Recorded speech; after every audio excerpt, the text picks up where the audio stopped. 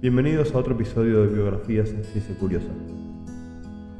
¿Alguna vez imaginaste que la vitamina C, el enlace químico, la cristalografía y el activismo por el desarme nuclear tuviesen un punto común?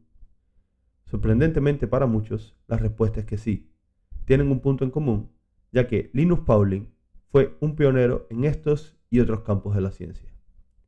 Si quieres aprender más sobre la vida de uno de los principales científicos del siglo XX, quédate con nosotros hasta el final. Retrocedamos en el tiempo. Linus Carl Pauling nació el 28 de febrero de 1901 en Portland, Oregón, Estados Unidos. Era el primogénito de 3 hijos de Herman Pauling, un farmacéutico, y Lucy Isabel Darling, hija de otro farmacéutico. Según cuenta la historia, el joven Linus mostró desde pequeño un gran interés por la ciencia, particularmente por la química. Su afición por la química lo llevó a fabricarse su propio laboratorio casero, con materiales que conseguía en las farmacias locales. A los 15 años, se graduaba de la escuela secundaria con honores. Sin embargo, no podía ingresar a la universidad, ya que no había cursado 2 asignaturas que por aquel entonces eran imprescindibles: historia estadounidense y estenografía.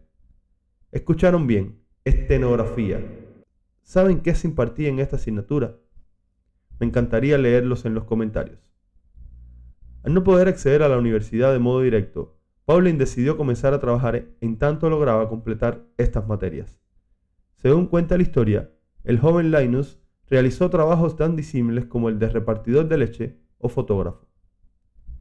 Corría el año 1917 cuando finalmente Linus Pauling logró matricularse, ya con 16 años, en el Oregon Agricultural College, ahora conocido como Oregon State University o la Universidad Estatal de Oregón, donde estudió ingeniería química. Durante su estancia en lo que actualmente es conocido como la Universidad Estatal de Oregón, conoció a quien sería su esposa y compañera de toda la vida, Ava Helen Miller, con quien llegaría a tener 4 hijos. Se graduó con apenas 21 años con las máximas calificaciones como ingeniero químico e inmediatamente obtuvo una beca para continuar sus estudios de posgrado en el California Institute of Technology, conocido como Caltech y mundialmente popularizado por la serie The Big Bang Theory. Durante sus estudios de posgrado en Caltech, tomó contacto por primera vez con el uso de rayos X para determinar estructura de materiales. En este caso, eran cristales, pero esto le fue útil para etapas más avanzadas en su carrera científica. Linus Pauling se recibía de doctor en ciencias químicas, físicas y matemáticas en el California Institute of Technology en 1925. Su tesis se tituló Determinación de las estructuras de los cristales por el método de espectrómetro de rayos X. En ella, Pauling usó la técnica de difracción de rayos X para analizar la estructura de varios minerales como el molibdenita, la asfarelita y la calcopirita. Su trabajo fue supervisado por el profesor Roscoe Dixon, quien fue el primer doctor en química en la historia de Caltech. Se recibió con los máximos honores, como corresponde a un estudiante con tanto talento y dedicación, y su trabajo y excelente recorrido le merecieron una beca para estudiar mecánica cuántica en Europa. Tengan presente que son los años 20 del siglo XX, lo cual implica que la mecánica cuántica estaba apenas comenzando a aparecer como disciplina científica y era mayormente dominada por físicos. Pauling empleó su beca para viajar a Europa y estudiar con grandes expertos en el campo de la mecánica cuántica, como el físico alemán Arno Sommerfeld, el danés Niels Bohr y el austríaco Erwin Schrödinger. Uno de estos 3 físicos será objeto también de la serie Biografías en nuestro canal, el único de ellos que tuvo relación directa con el proyecto Manhattan. ¿Ya saben de quién estamos hablando? Volviendo con Linus Pauling. Durante su tiempo en Europa, se interesó por cómo podría aplicarse la mecánica cuántica a su campo de interés, la estructura electrónica de átomos y moléculas. Esto provocaría que Pauling se convirtiera en uno de los primeros científicos en el campo de la química cuántica y pionero en la aplicación de la teoría cuántica a la estructura molecular. Corría el año 1927, cuando Linus Pauling regresó a Caltech para incorporarse como profesor e investigador de esta prestigiosa institución. Para ese entonces, Pauling era lo que podemos considerar un unicornio científico. ¿Por qué empleo esta analogía?, se pueden preguntar algunos de ustedes. Permítanme explicarles mi expresión.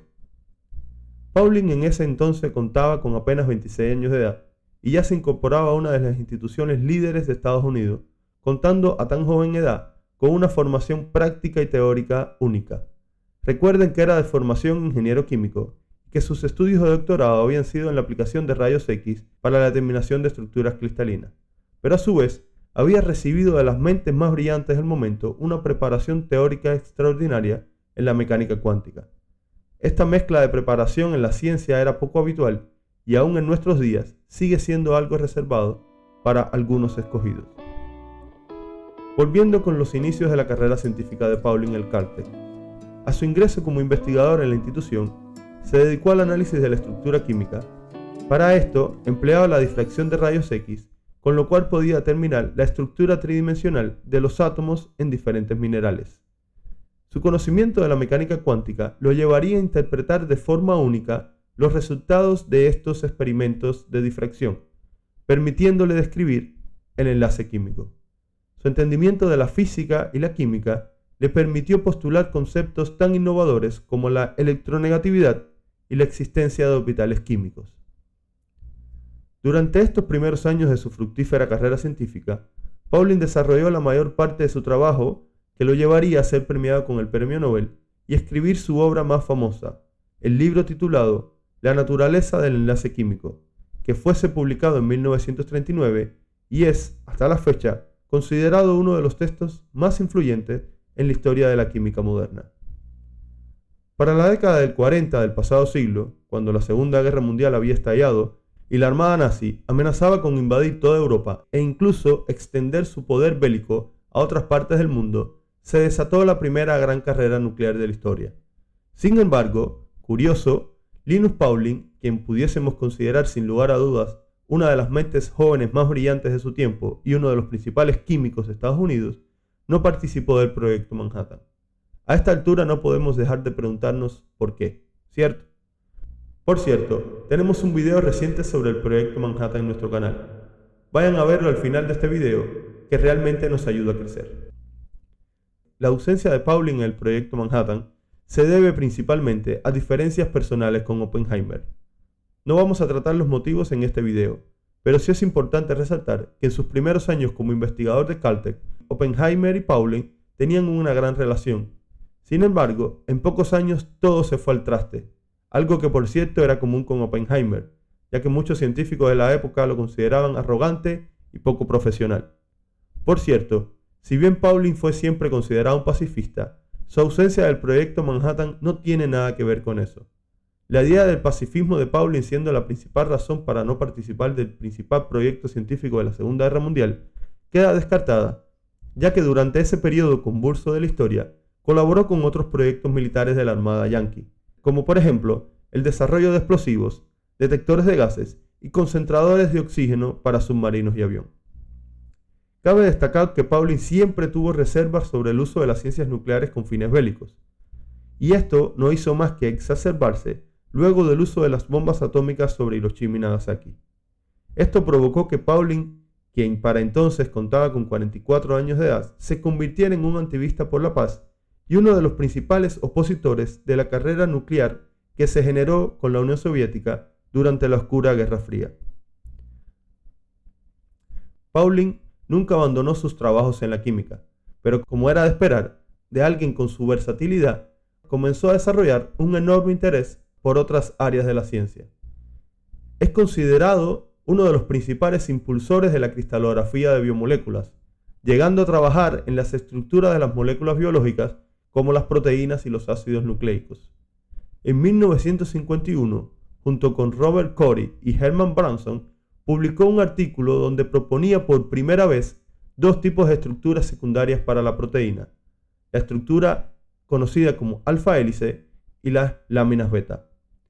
Estas estructuras se basaban en los principios de la mecánica cuántica y en el uso de modelos moleculares construidos con piezas metálicas y alambres.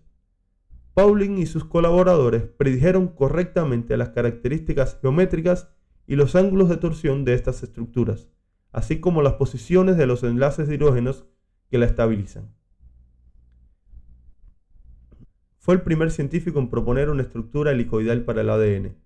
Y si bien su modelo no era el acertado y fue rápidamente sustituido por el actual modelo de la doble hélice, sus trabajos sentaron las bases para este gran descubrimiento en el área de la biología. Por aquella época, Pauling reconoció su error y felicitó a Watson y Crick, quienes fueron a la postre reconocidos por el descubrimiento de la estructura del ADN. Sin embargo, debemos señalar que su modelo erróneo sirvió para estimular el interés por el problema del ADN y para inspirar a otros científicos a buscar la solución correcta. Finalmente, en 1954, Linus Pauling recibía su primer premio Nobel en el área de la química. Este le fue otorgado por sus investigaciones sobre la naturaleza del enlace químico y la estructura molecular, que era el trabajo realizado en los primeros años de su carrera científica. Acompañando a su prolífera carrera científica, debemos destacar que Pauling desarrolló un gran activismo por la paz mundial.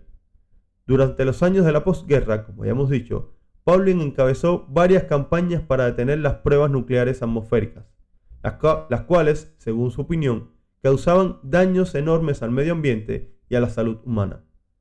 Durante sus campañas de activismo recogió más de 11.000 firmas de científicos de todo el mundo para ser presentadas a las Naciones Unidas y lograr de esa forma aumentar la discusión sobre la importancia del uso pacífico de la ciencia, particularmente las ciencias nucleares.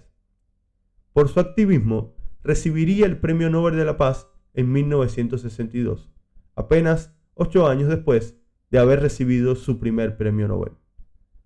El otorgamiento del segundo premio Nobel lo convertía en el primer científico y único hasta la fecha que posee 2 premios Nobel otorgados de modo individual.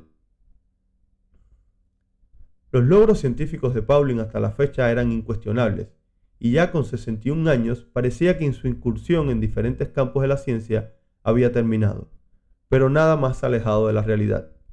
A partir de la década de los 60, Pauling había desarrollado un interés por la medicina y la nutrición, por si le faltaba agregar algo a su inmenso currículum.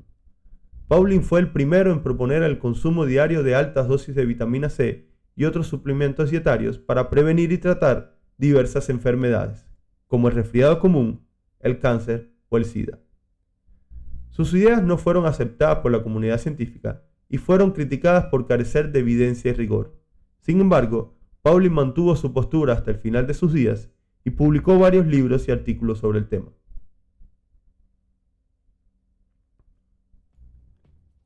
Linus Pauling moría el 19 de agosto de 1994, a los 93 años de edad, en su rancho de Big Sur, en California.